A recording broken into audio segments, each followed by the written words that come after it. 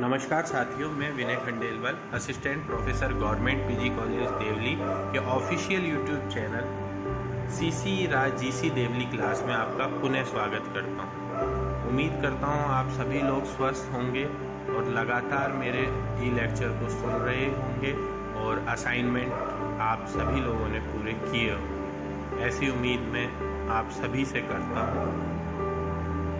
आज का जो हमारा टॉपिक है उसका संबंध है विद्यार्थियों समाजशास्त्र के बीए फाइनल के पेपर सेकंड से, जो एमडीएस यूनिवर्सिटी के सिलेबस के अकॉर्डिंग है। वैसे तो ये टॉपिक ना केवल एमडीएस यूनिवर्सिटी बल्कि भारत के अन्य भी जितने भी विश्वविद्यालय हैं और राजस्थान के भी जो अन्य विश्वविद्यालय उन सब के लिए समान रूप से उपयोगी होगा।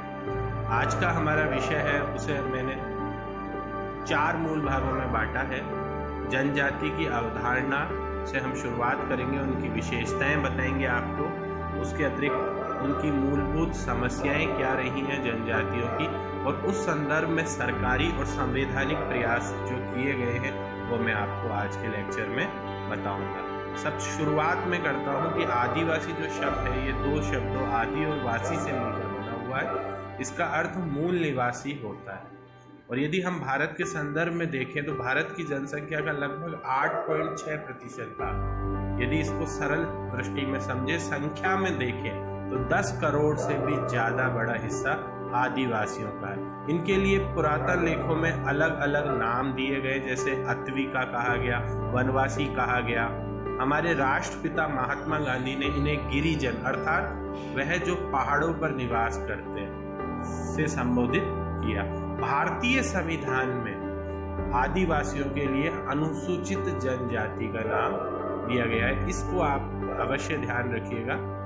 और यदि भारतीय संदर्भ में देखा जाए, भारत के संदर्भ में देखा जाए तो उड़ीसा, मध्य प्रदेश, छत्तीसगढ़, राजस्थान, यहाँ पर मूल रूप से ये पाए जाते हैं। और राजस्थान में हम देखें जिलेवार वर्गीकरण इनका, तो बांसवाड़ा, डूंगरपुर, उदयपुर, चित्तौड़गढ़, भीलवाड़ा, सिरोही, जालोर, पाली, अजमेर, टोंक, सवाई माधोपुर आदि जगह ये पाई जाती है। भारत के संविधान में यह प्रश्न प्रतियोगी परीक्षाओं के लिए बहुत इम्पोर्टेंट होगा। इस टॉपिक में से बहुत प्रश्न पूछे भी जाते हैं। तो भारतीय संविधान की 5वीं अनुसूची में अनुसूचित जनजातियों के रूप में इन्हें मान्यता दी गई है। हालांकि जैसे जैसे आधुनिकीकरण होता गया है, आदिवासियों की स्थिति खराब हुई है। जनजाति वह सामाजिक समुदाय है जो राज्य विकास के पूर्व में भी अस्तित्व था और अब राज्य के बाहर भी है। और जनजाति वास्तव में देखा जाए तो भारत के आदिवासियों के लिए इस्तेमाल होने वाला एक वैधानिक शब्द है। और जैसा कि मैंने आपको बताया कि भारत के संविधान में इनके लिए अनुसूचित जनजाति शब्द का प्रयोग किया गया। ये आप ध्यान रखना। भारत के संदर्भ में भी हम एक दृष्टि देखें जनजातियों की कि कौन कौन सी जनजातियां मुख्य है भारत में, तो उसमें नाम आता है मुंडा, भील, मीणा, नागा, गौंड, खासी, कोल। इसके अलावा भी बहुत जनजातियां हैं। एक वर्गीकरण के आधार पर तो भारत में 400 से भी अधिक जनजातियों की संख्या बताई गई है। अलग अलग विचारकों के अलग अलग वर्गीकरण है, पर ये प्रमुख जनजातियां। अब यदि हम जनजातियों की विशेषताओं पर गौर करें तो हम पाते हैं कि इनकी अनेक विशेषताएं होती है। जैसे इनका एक सामान्य भूभाग होता है, उस भूभाग में ये लोग रहते हैं जिसमें एक सामुदायिक भावना होती है। दूसरी, इनकी एक निश्चित भाषा होती है। इनका आकार विस्तृत होता है, ये छोटे नहीं होते जैसे आजकल के हमारे परिवार होते हैं, पति पत्नी और उनके बच्चे, बल्कि एक विस्तृत परिवार होता है। इनका एक विशेष नाम भी होता है जिसके आधार पर ये पहचानी जाती है। इसके अतिरिक्त इनकी एक विशेषता प्रमुख होती है कि इनमें अंतर विवाह होता है, अर्थात ये अपनी ही जाति के जनजाति के सदस्यों में इनमें विवाह करते हैं। इनकी एक सामान्य संस्कृति होती है। इनका एक रीति रिवाज, खान पान, धर्म, जादू, संगीत एक निश्चित होता है इनका। आर्थिक रूप से मूल रूप से आत्मनिर्भर रहते हैं। इनका एक राजनीतिक संगठन भी होता है। इनमें हम की भावना भी पाई जाती है। नातेदारी और धर्म का भी जनजातियों में विशेष महत्व रहता है। इसके अलावा इनमें एक कॉमन टैबू भी पाया जाता है।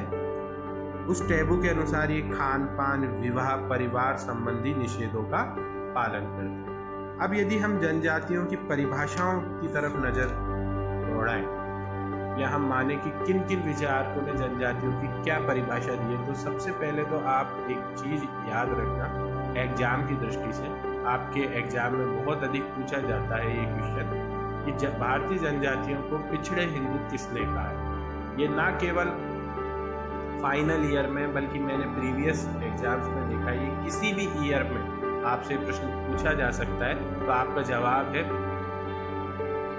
जीएस घुरिये। इसके अलावा यदि हम डॉक्टर मजूमदार की परिभाषा देखें तो उन्होंने कहा है कि जनजाति परिवारों या परिवारों के समूह का वह संकलन है जिसका एक नाम है सामान्य, जिसके सदस्य एक निश्चित भूभाग पे रहते हैं, एक समान भाषा बोलते हैं और विवाह, व्यवसाय या उद्योग के विषय में एक निश्चित निषेधात्मक नियमों का पालन करते हैं और पारस्परिक कर्तव्यों की एक सुविकसित व्यवस्था को मानते हैं। इसके अंदर जनजाति संबंधी सभी चीजें आती हैं। यदि भारत में जनजातियों की कई समस्याएं भी रही हैं, उसमें सबसे महत्वपूर्ण एक समस्या रही है कि भूमि पर अधिकारों में आती कमी, अर्थात वन तथा कानूनों की वजह से उनके भूमि पर उनका अधिकार छिनता चला गया, जिससे इनकी संस्कृति लगातार प्रभावित हुई है। इसके अलावा जनजातियों में एक और महत्वपूर्ण समस्या रही है विस्थापन अर्थात डिस्प्लेसमेंट।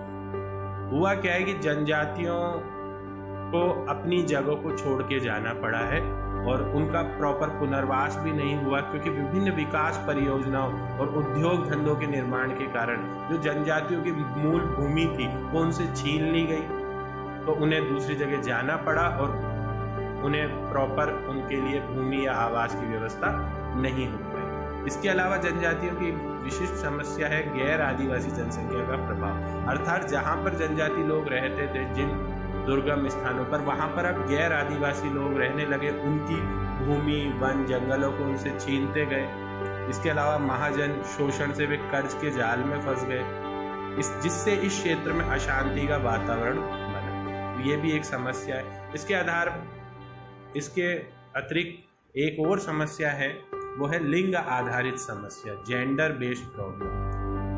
हुआ क्या है कि जब से गैर आदिवासी इन जनजाति क्षेत्रों में रहे हैं तो आदिवासी महिलाओं के शोषण की भी समस्या एक चिंताजनक स्थिति हुई है और उनका सामाजिक आर्थिक शोषण हुआ। इसके अलावा एक जनजाति की एक और समस्या रही है, वो है कल्चरल आइसोलेट, अर्थात सांस्कृतिक रूप से उनमें एक विलगाव की स्थिति हुई है, वो एकीकृत होते जा रहे हैं, जिससे उनकी प्राकृतिक जीवन शैली पर भी प्रभाव पड़ा है। इसके अलावा जनजातियों की एक महत्वपूर्ण समस्या एक और है जिससे वो आज तक नहीं उभर पाए, वो है शिक्षा संबंधी। यदि भारतीय संदर्भ में देखा जाए शिक्षा की स्थिति, तो जनजातियों का शिक्षा का प्रतिशत बहुत कम है, जिसके फलस्वरूप ही उन्हें अपनी उत्पादकता का मूल्य कम मिलता है और वो महाजनी शोषण का भी शिकार हो जाते हैं और कर्ज के जाल में फंस जाते हैं और अपने अधिकारों के खिलाफ जो उनके साथ गलत हुआ है उसके खिलाफ वो आवाज भी नहीं उठा पाते।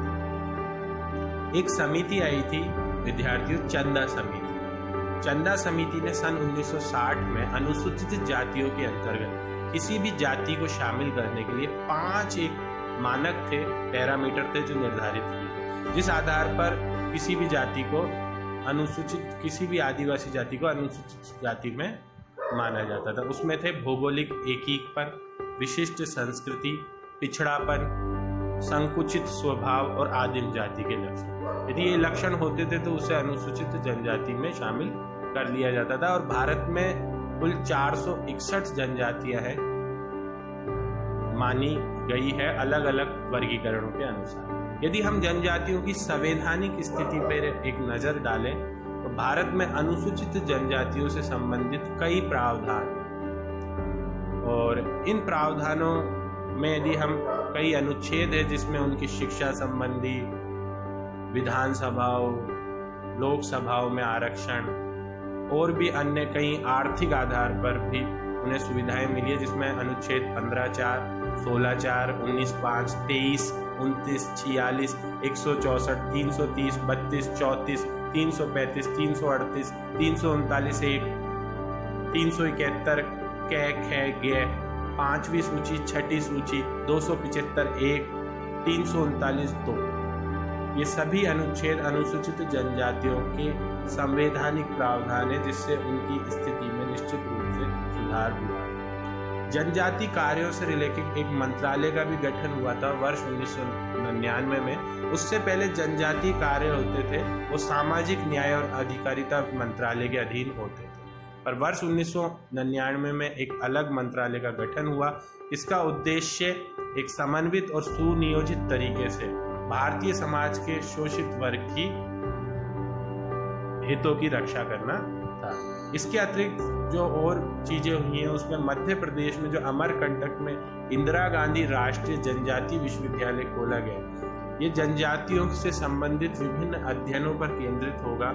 इससे जनजातीय मुद्दे हैं जो देश भर में, उसमें जागरूकता आएगी लोगों में, और संवेदनशील प्रयासों के द्वारा जनजाति जो पिछड़े हुए हैं, जो अभी मुख्य धारा में शामिल नहीं है, उन्हें मुख्य धारा में लाने का पुनः प्रयास किया जाएगा। इसके अलावा आर्थिक आधार पर देखें तो जनजातीय उत्पादन के विपणन के लिए ट्राइबल फेडरेशन बनाया गया है, जिससे स्थानीय संसाधनों के आधार पर जनजातियों के विकास को गरीबी निवारण कार्यक्रम और समेकित ग्रामीण विकास कार्यक्रम का अंग बनाया गया है।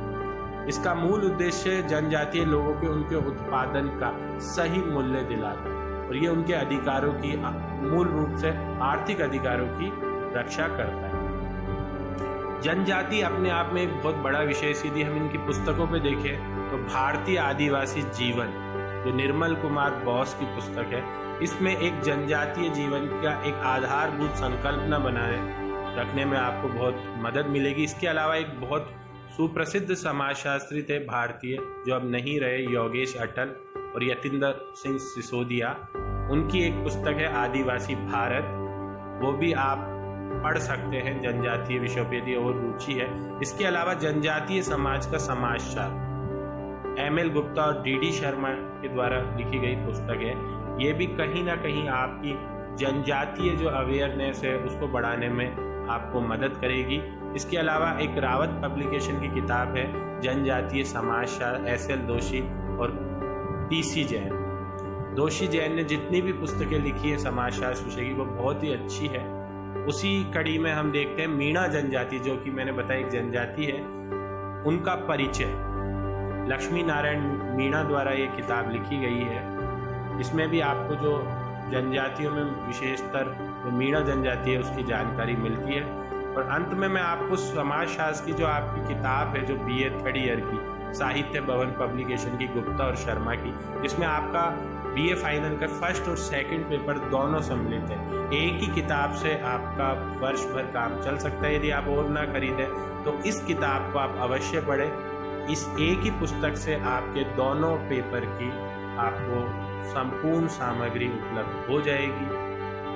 और इसके अतिरिक्त यदि आप जनजाति विषय को भी और पढ़ना चाहते हैं तो आप इस किताब की मदद ले सकते हैं। ये मूल रूप से MDS यूनिवर्सिटी के तहत ही लिखी गई है। अब मैं कुछ जनजातीय करंट मुद्दों पर आपका ध्यान आकर्षित करना चाहूँगा। अभी कुछ समय पहले यदि आपको याद हो तो अंडमान निकोबार द्वीप समूह में एक जनजाति थी, सेंटिनेलीज जनजाति। ये व्यापक चर्चा का विषय बनी क्योंकि कहा गया कि जनजाति के कुछ सदस्यों ने एक अमेरिकी पर्यटक की हत्या कर दी। इसका सीधा सीधा मतलब यह है कि बाहरी दुनिया के हस्तक्षेप के प्रति इनका रवैया शत्रुतापूर्ण ही रहा है। ये बाहरी लोगों को अभी भी अपने शत्रु समझते हैं, जबकि ऐसा सही नहीं है। और इसी संदर्भ में देश में आज़ादी से पहले ब्रिटिश शासन ने क्रिमिनल ट्राइब्स एक्ट के तहत इन्हें क्रिमिनल जनजाति तक का भी दर्जा दिया गया था, जिसके तहत बच्चों को 6 वर्ष की आयु के पश्चात इनके माता पिता से दूर कर दिया जाता था। हालांकि बाद में इसका नाम बदलकर गैर अधिसूचित जनजातियां रखा। अब सवाल ये है कि आखिर ये लोगों के संपर्क में क्यों नहीं आना चाहते, जबकि इनके लिए बहुत ही प्रयास किए गए हैं। बहुत बहुत शुक्रिया इस वीडियो को देखने और सुनने के लिए। शीघ्र ही मैं मिलता हूँ नए वीडियो के साथ। बहुत बहुत आप लोगों का